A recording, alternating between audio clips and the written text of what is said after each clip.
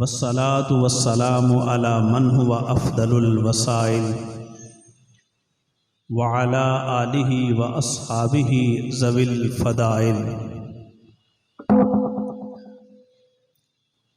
أما بعد فأعوذ بالله من الشيطان الرجيم. بسم الله الرحمن الرحيم. من عمل صالحا من ذكر أو أنثى وهو مؤمن فلنحيينه حياة طيبة. صدق الله مولانا العظيم وصدق رسوله النبي الكريم الآمين ونحن على ذلك لمن الشاهدين والشاكرين والحمد لله رب العالمين. الصلاة والسلام عليك يا سيدي يا رسول الله وعلى آلك وأصحابك يا سيدي يا حبيب الله. الصلاة والسلام عليك يا سيدي يا إمام المرسلين وعلى آلك وأصحابك يا سيدي يا خاتم النبيين. مولاي صل وسلم دائما ابدا على حبيبك خير الخلق كلهم منزه عن شريك في محاسنه فجوهر الحسن فيه غير منقسم. يا رب صل وسلم دائما ابدا على حبيبك خير الخلق كلهم. اللہ تبارک و تعالی جل جلالہ کی حمد و ثنا حضور پر نور شافع یوم النشور صلی اللہ علیہ وبارک وسلم کے دربار گہربار میں درود و سلام کا ہدیہ عرض کرنے کے بعد نہایت ہی واجب الاحترام سادات کرام علماء ذوی الاحتشام معزز سامعین و ناظرین کرام، رب ذوالجلال کے فضل اور توفیق سے آج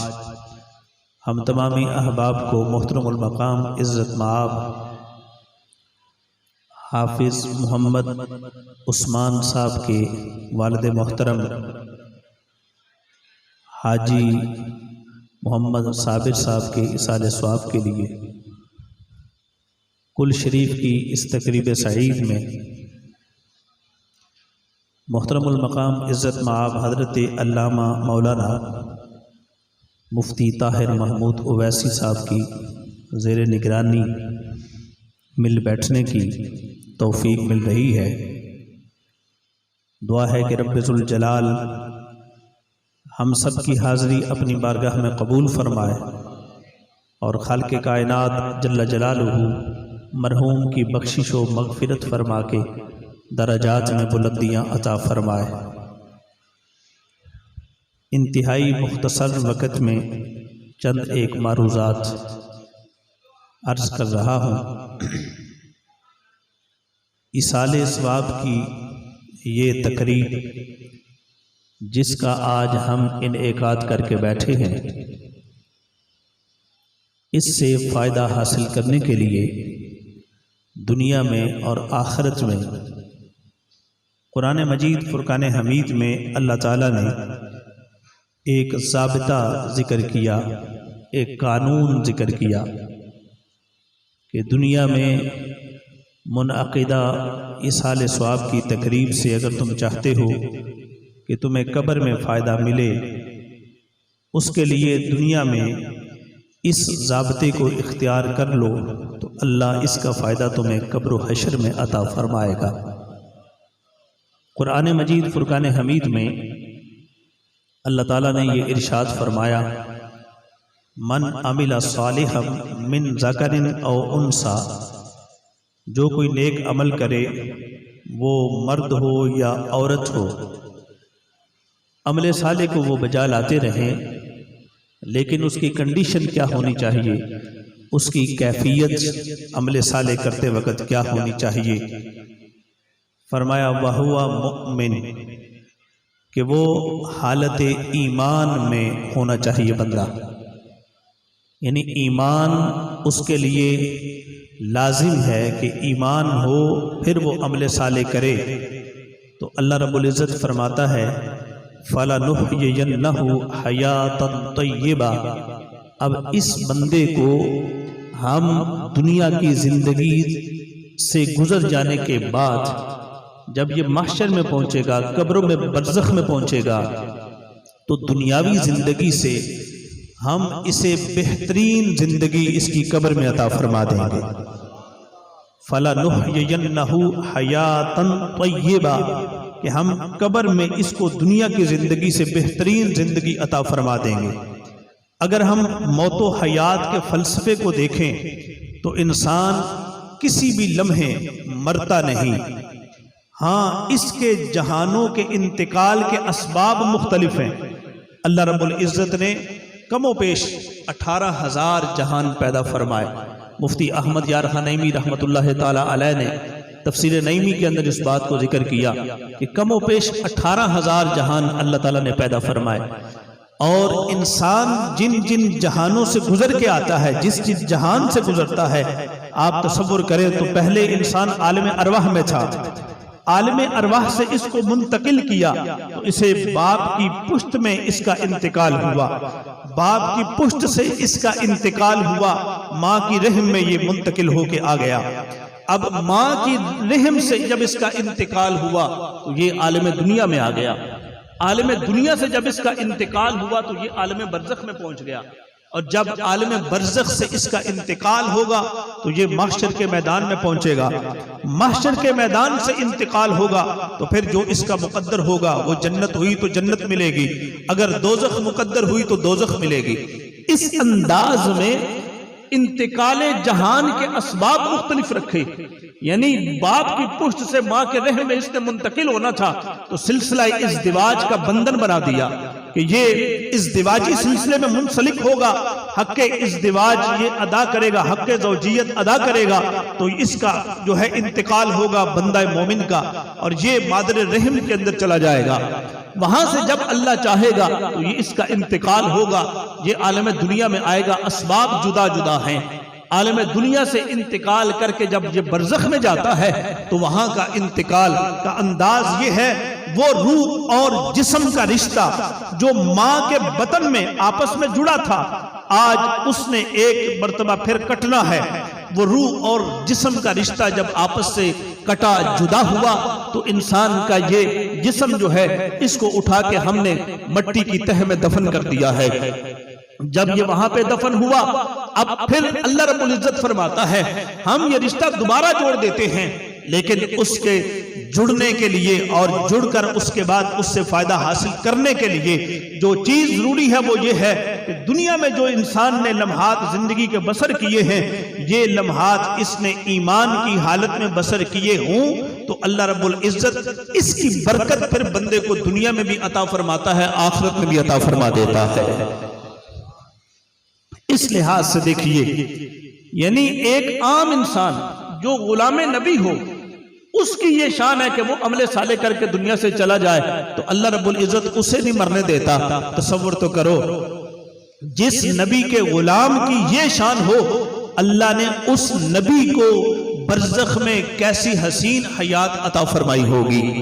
یعنی وہ نبی ان کا کیا مقام ہوگا، ان کا کیا مرتبہ اور ان کی کیا شان ہوگی کہ جس نبی کا غلام برزخ میں پہنچے تو عمل صالح کی بنیاد پر، نسبت نبوی کی بنیاد پر یہ برزخ میں پہنچ کے دنیا کی زندگی سے بہترین زندگی پا جائے، تو جس نبی کے واسطے اور وسیلے سے اللہ نے اسے یہ مقام عطا کیا، اس نبی کی شان کیا ہوگی، اس نبی کا مقام اور مرتبہ کیا ہوگا۔ اس بنیاد پر آج کی یہ ہماری بزم دعا جس کو ہم منعقد کر کے بیٹھے ہیں حافظ محمد عثمان صاحب کے والد محترم کے لیے، یقیناً یہ بزم دعا ان کے لیے ہمارا جو کنسپٹ ہے اسلامی، اس کے مطابق برزخ میں فائدے کا یہ ذریعہ ہے جس کو احادیث کے اندر رسول کریم صلی اللہ علیہ وسلم نے واضح طور پر بیان فرمایا، اور ایک نہیں درجنوں احادیث کے اندر بیان کیا ہے۔ اس کو نبی اکرم صلی اللہ علیہ وسلم آپ ارشاد فرمانے لگے، کس انداز میں آپ نے ارشاد فرمایا مل میت فی قبر عندک الغریق المتغوث ینتظر دعوت الحق، کہ جب بندہ فوت ہو جاتا ہے اور تم اسے قبر میں دفن کر دیتے ہو، اب تمہارے دفن کر دینے کے بعد اس بندے کی صورتحال کیا ہے؟ فرمایا جو پہلی صورتحال ہے بندے کی قبر میں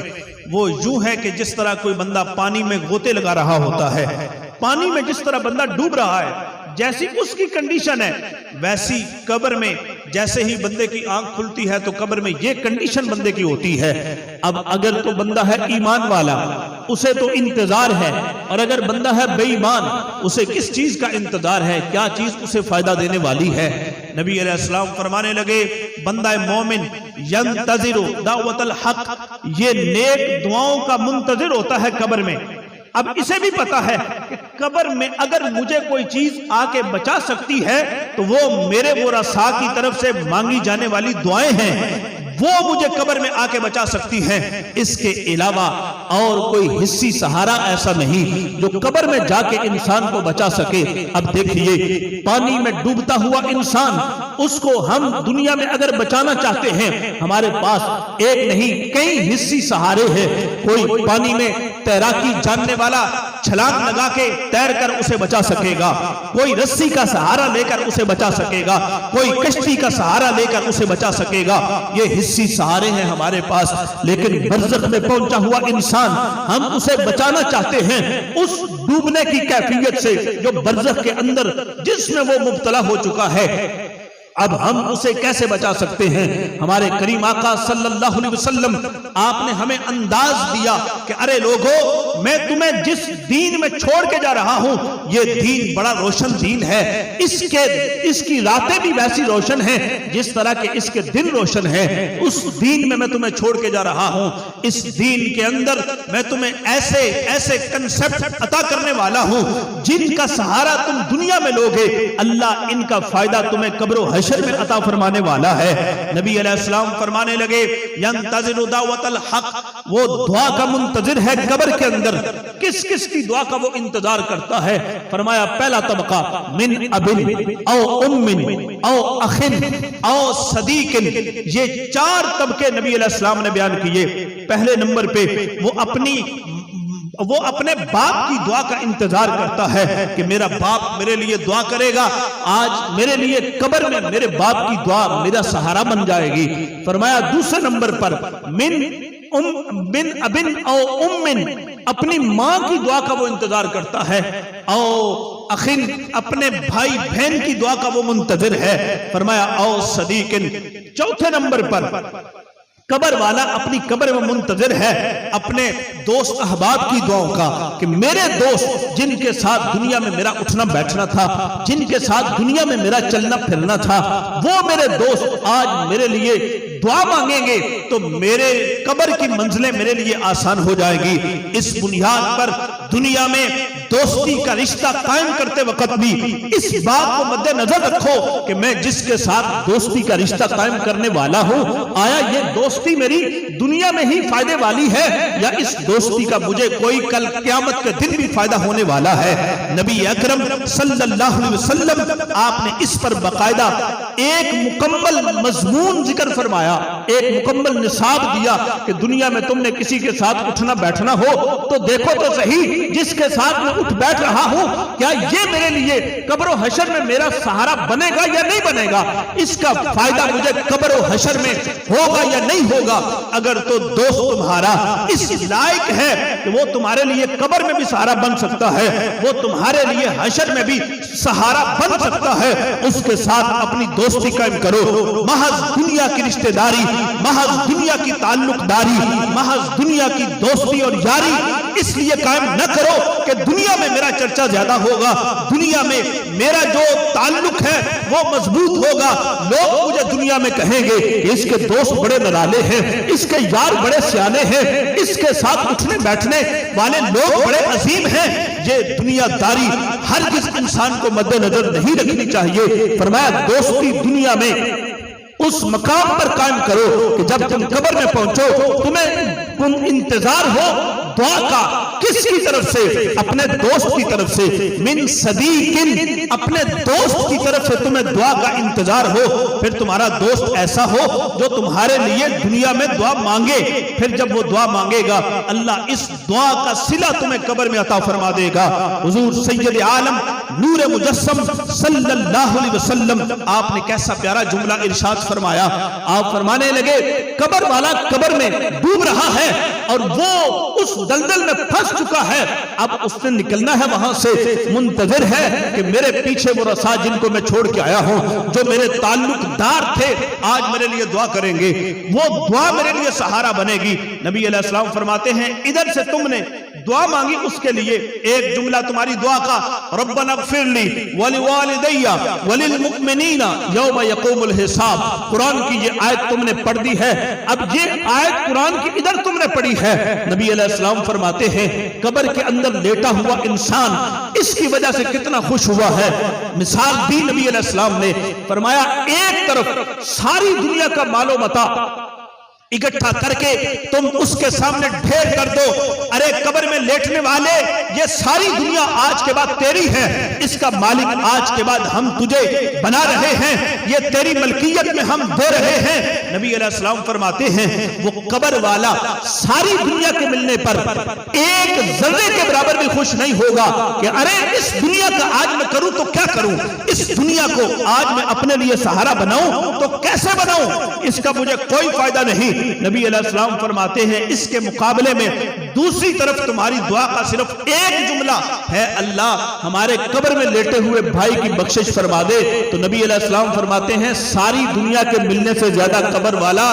دعا کے اس جملے کے ملنے پر خوش ہو جائے گا۔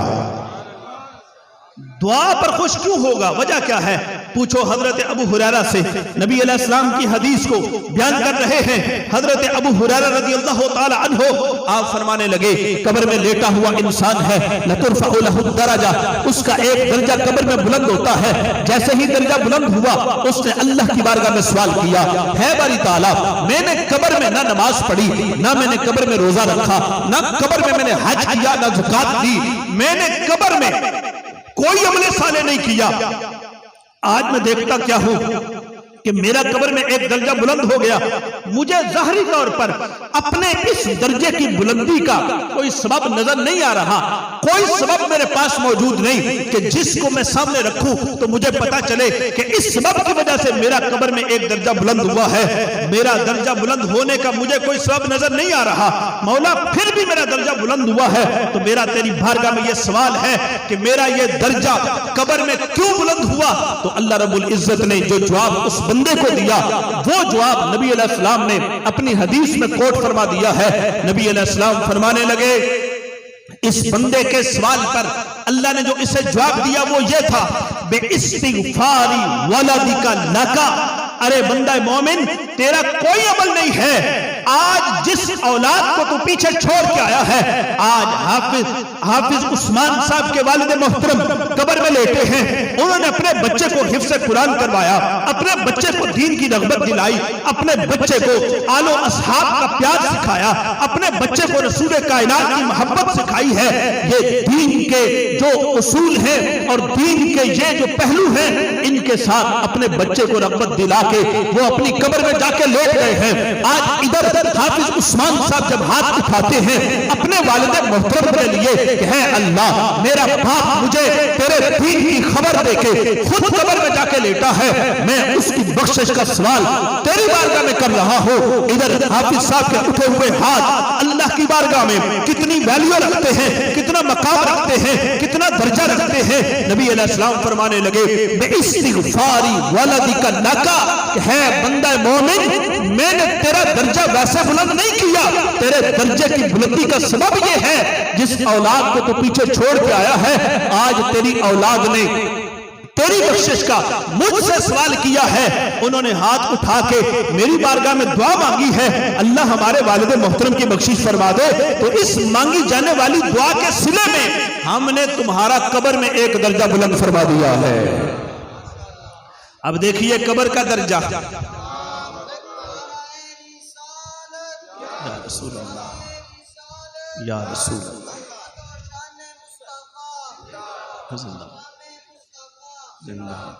اب دیکھیے، یعنی ایک درجہ بلند ہوا تو نبی علیہ السلام نے پھر درجے کی وضاحت اپنی حدیث معراج کے اندر فرمائی کہ ایک درجہ جو ہے قبر میں کتنا بڑا ایک درجہ ہے۔ آپ فرمانے لگے اس درجے کو معمولی سا درجہ مت سمجھو، 16ویں گریڈ سے 17ویں گریڈ کی ترقی نہ سمجھو کہ 16ویں سے 17ویں میں ترقی ہوگی تو کوئی 2-4 ہزار روپے سیلری انکریز ہو جائے گی۔ فرمایا ایسا درجہ نہیں ہے، یا یہ کچھ 6 انچ کی سیڑھی والا درجہ نہیں ہے۔ فرمایا یہ قبر کا درجہ ہے، یہ برزخ کا درجہ ہے، یہ جنت کا درجہ ہے۔ کتنا بڑا درجہ ہے؟ نبی علیہ السلام فرمانے لگے جتنا آسمان زمین سے لے کر پہلے آسمان تک کا فاصلہ ہے، اتنا بڑا قبر کا ایک درجہ اللہ نے اس بندے کا بلند فرما دیا ہے۔ اور یہ زمین سے لے کر آسمان تک کتنا بڑا سفر ہے، نبی علیہ السلام نے حدیث معراج میں اس کی وضاحت فرمائی۔ فرمایا یہ اتنا بڑا درجہ ہے کہ 500 سال تک ایک تیز رفتار گھوڑا دوڑتا رہے تو جہاں وہ پہنچے گا اتنا زمین سے لے کر آسمان تک کا فاصلہ ہے۔ اور ادھر حافظ صاحب نے اپنے والد کے لیے بخشش کی دعا مانگی تو ان کی دعا مانگنے پر اللہ نے اتنا بڑا ایک درجہ والد محترم کا قبر میں بلند فرما دیا ہے۔ اس بنیاد پر یقیناً آج ہمارے لیے یہاں پر یہ ایک تعزیت کا وقت ہے کہ ہمارے حافظ صاحب کے والد صاحب دنیا سے چلے گئے، ان کے سر سے والد کا سایہ اٹھا۔ دوسری طرف ہمارے لیے ایک خوش آئند بات یہ ہے کہ انہوں نے اپنی نسل میں ایک حافظ قرآن چھوڑا۔ یہ ان کے لیے برزخی زندگی میں بہت بڑی معاونت ہے۔ اس بنیاد پر آج اپنی اولاد کو قرآن کی طرف راغب کریں، سنت کی طرف راغب کریں، اور اپنی اولاد کو بالخصوص نسبت رسول کا ادب سکھائیں۔ نسبت رسول کا یہ کئی گھنٹوں کی تقریر کا جو خلاصہ ہے وہ میں آپ کے سامنے رکھ رہا ہوں کہ اپنی اولاد کو نسبت رسول کا ادب سکھائیں، نسبت رسول کی تعظیم سکھائیں۔ یہ اگر ہمارے اندر ہوگی، ہماری اولادوں میں ہوگی، تو پھر دنیا میں بھی وارے نیارے ہیں اور آخرت میں بھی وارے نیارے ہوں گے۔ اللہ رب العزت ہم سب کو سنا کے سمجھنے کی اور عمل کرنے کی توفیق عطا فرمائے، اور بالخصوص قبلہ حافظ عثمان صاحب کے والد محترم کی اللہ رب العزت کامل بخشش فرمائے۔ وآخر دعوانا ان الحمد للہ رب العالمین۔